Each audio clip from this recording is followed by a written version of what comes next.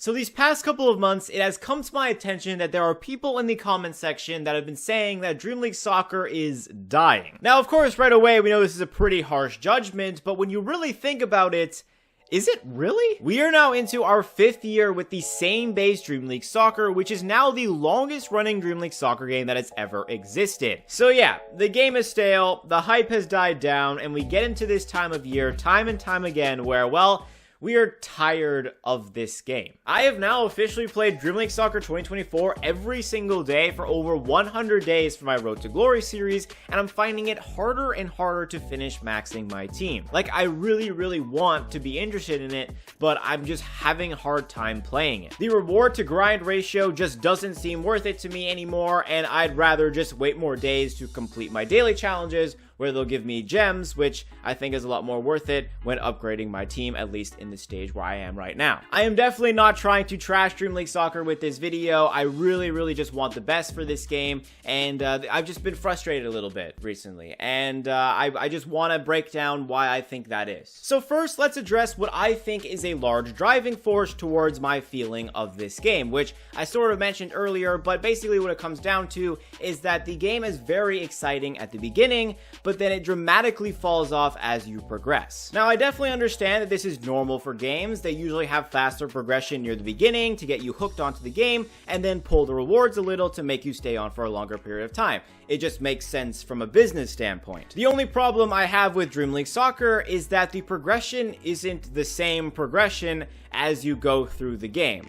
And I'll explain. What I mean by different progression is that at the beginning of the game, you are buying new players, but as you progress, you stop buying players and then you upgrade them with coaches instead. Buying players is fast and exciting, but coaching is slow and annoying, so you get that buying players at the beginning, super exciting, and then coaching your players, super boring, loss of interest right there. Now, of course, you could argue that you can still buy players and coach your players at the exact same time, but everything in the game seems to just disagree with that argument. First of all, they limit the number of players you can have on your team, so once your squad size is full, well, I guess too bad, now you have to get rid of one of your players. Fine, I'll just get rid of one of my terrible players and upgrade him with a new one. It's all good.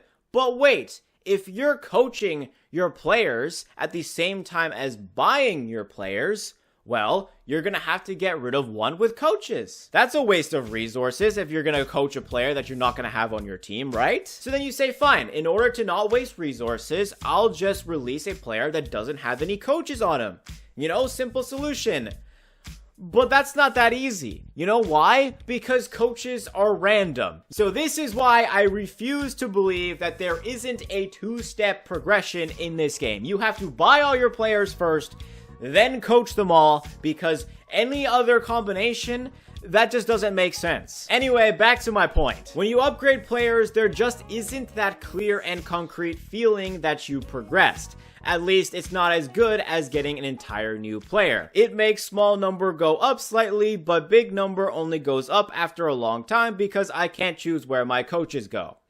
That has been my experience. If you take a look at other mobile games where players upgrade things, which is basically every mobile game, there is still the opportunity to unlock new players. For example, in FIFA and PES, there are new cards to get like every single week. And if we take a non-football game like Clash Royale or Brawl Stars, you upgrade your cards or brawlers, but while also unlocking new cards, new brawlers, new abilities, which is the exciting part, and you do all of that while upgrading it, because guess what? It's not random in those games. Dream League Soccer is just simply missing that continued excitement of getting new players, simply because coaches are random.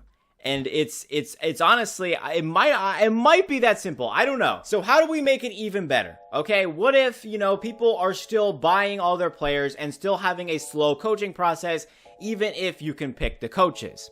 Well, we can do something about events. Near the beginning of progression, the event rewards are really good. The large amount of coins can be used to buy better players, and the legendary agents literally give you a brand new legendary player, which will automatically upgrade your common team. However, as you progress, these rewards become less useful and less exciting to get, causing the loss of interest because the motivation to win the event has just decreased due to just the uselessness of the rewards. It's a little bit less useful than before. Like, I honestly think events get doubly worse because as you upgrade your tiers, your games get harder, which means more games you have to win in endurance events, in real team events, and less cup events you're even winning, which is adding to the frustration. But not only that, the rewards you get just aren't as useful anymore because, your team is more upgraded, you need more and more resources to upgrade it more.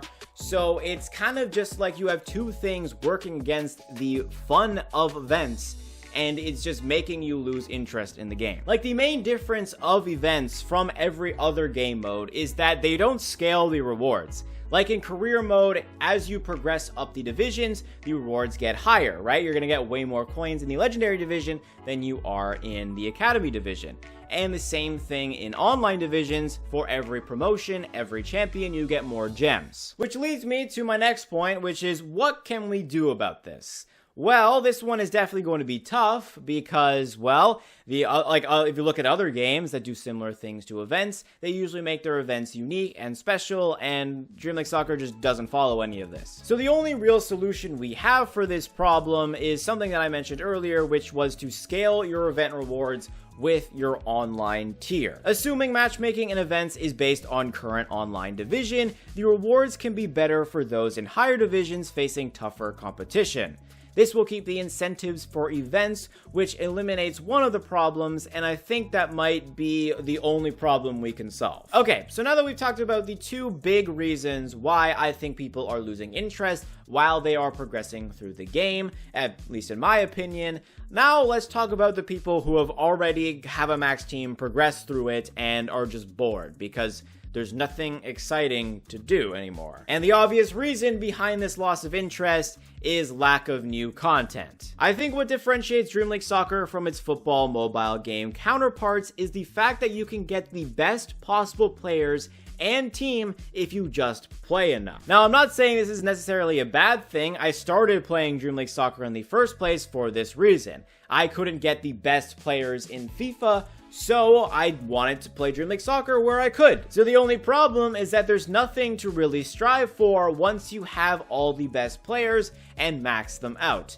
The only new content they have is new ratings, so maybe you can buy a new player who has a better rating and is just better. So that's your new content to strive for, but that happens so infrequently that it's just, you just do it, and then now you're bored again. So essentially, the players that already have their max team and their favorite team and aren't really buying any players, it really just relies on the pure gameplay, and I do think events like cup events can be really exciting for players, even real team events, because, you want to, try to win 4 in a row without losing, it's fun. Or even try to win Division 1 a bunch of times, it's fun, it's competitive, you can play the game is, it's fun on paper, right? But then again, cup events only show up twice a month, and you only get one attempt in each cup event, and how many times can you win Division 1 before it gets boring? Now, obviously, I'm not going to suggest that they change the game completely and start adding new content every week like FIFA and eFootball,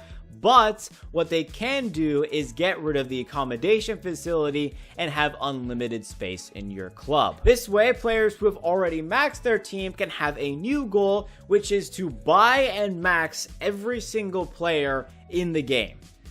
Don't you think that would be fun? You can even have a statistic with how many players you've collected, and you can try to collect them all. That would be my suggestion. I know that's a little bit ambitious, but I do think that will keep the interest for those players. So there you have it. This is why I think people in the comment section have been saying that Dream League Soccer is dying and I should make content on a different game. Now, of course, this problem doesn't only weigh on the shoulders of first touch games, it also weighs on the players. I genuinely think Dream League Soccer might be one of the only games where you can just take a deep breath, slow your progression, and you won't get behind on other players. Because in other games where they have constantly updating content, you have to keep up or else you're going to get behind other players who have been playing, But in Dream League Soccer, there's only new content every year, so you have a whole year to catch up and buy those new players with the new ratings. You could just take it slower. So yeah, am I losing interest in playing Dream League Soccer right now? Maybe a little bit, okay? Is my Road to Glory series going slower than I wanted now? Of course, okay? But is it going to bring me down? No. If you've lost interest in playing Dream League Soccer, maybe consider, playing it less, taking it slow, taking a break, or if you're just going to quit it in general, that still doesn't remove the fact that you can still enjoy a fun and entertaining Dream League Soccer video on my channel. This game is definitely not perfect, and there are other problems that don't have to do with loss of interest that I might want to talk about in a future video, but for now, I'll save them, okay? That this will be the end of the video. As for this channel, expect some other games to be played alongside Dream League Soccer, and bear with me as I try out new formats for Dream League Soccer. I'm going to be experimenting a little bit here, okay? I know I've been off YouTube very recently, and I've kind of just been planning. I'm planning a new sort of era, and I'm hoping, you guys are there with me. So subscribe to the channel if you're excited. Leave a like on this video. Thank you guys for watching. I'll see you guys in the next one.